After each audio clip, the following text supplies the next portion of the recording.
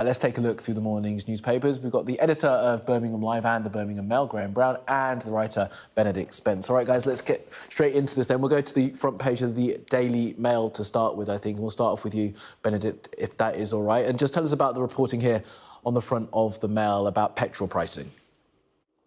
Yes, this is tremendously upbeat news to go with everything else that's very positive this morning, and that is that in addition to there's train strikes across the country, there's railway companies saying that people shouldn't travel unless it's absolutely essential, and talk of potential strikes at airports causing chaos. This is the news that it's going to cost a lot more. It is currently costing a lot more simply to fill up your car.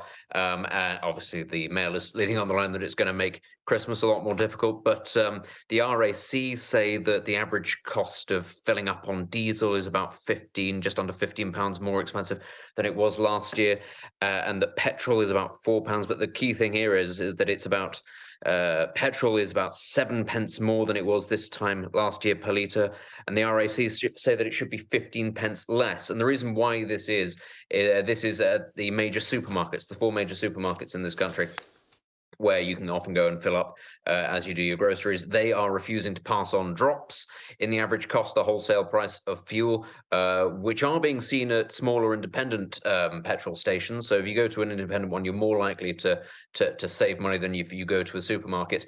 Obviously, this has a very big impact on people, but supposedly this is at least in part because supermarkets are losing money across the board on other aspects where changes in prices haven't been passed on. So food production, basically, the cost of transporting food, and all the rest of it. So it's a bit of a difficult one, really. Obviously, supermarkets need to make some profit, or at the very least keep their margins, and they are running quite tight margins as it is anyway. And it seems that where they are potentially making losses on food, they're trying to catch up on things like fuel. Yeah, absolutely. It's amazing. I've noticed a difference from what it was 180 earlier this year to being about 150 now. But I guess, as the Mail said, it should get cheaper than that. All right, Graham, let's keep it moving on. We're going to go to a story inside The Guardian, and this is about Twitter. Chief Twit Elon Musk is going to stay on, even though he lost his poll as boss, until he finds a replacement. Yeah, so I mean, Elon Musk is perhaps the most entertaining thing on Twitter at the moment. So yes, he put out this poll. He's very keen on allowing people to decide the future of Twitter and potentially they say the things that he doesn't want to hear. So he put out this poll the other day. I think 57% of people said that Elon Musk should go. Meanwhile, Snoop Dogg came along later, and 83% of people apparently think that he should run Twitter.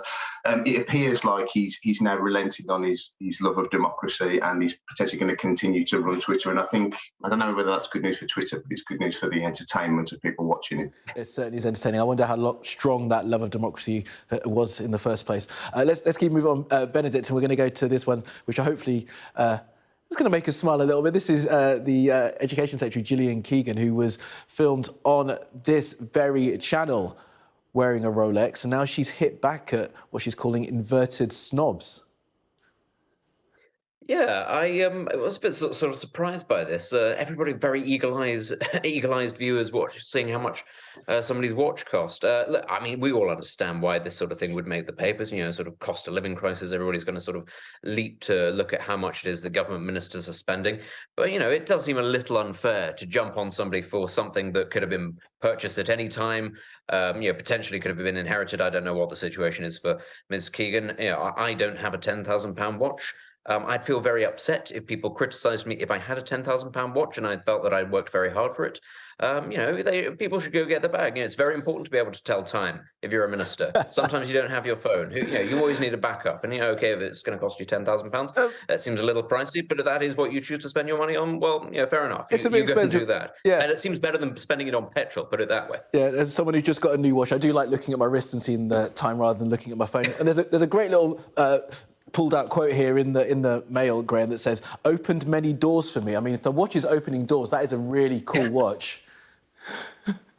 Yeah, it's interesting actually how Mrs. Keegan's dealt with it. So she's not your usual Tory. She's very keen for people to know that she left school at 16 and went through an apprenticeship and so on. She's trying to make this a thing about inverted snobbery and about kind of working class aspiration. I think in practice what this really is that she's Education Secretary. People are asking for above inflation pay rises, history dictates that's probably not necessarily going to happen. And whether or not the optics of wearing a £10,000 Rolex at this point is necessarily the smartest thing to do. No, perhaps not. All right, Graham, Benedict, really good to have you guys. Again, sorry that was so short. We'll have more time with you hopefully next hour.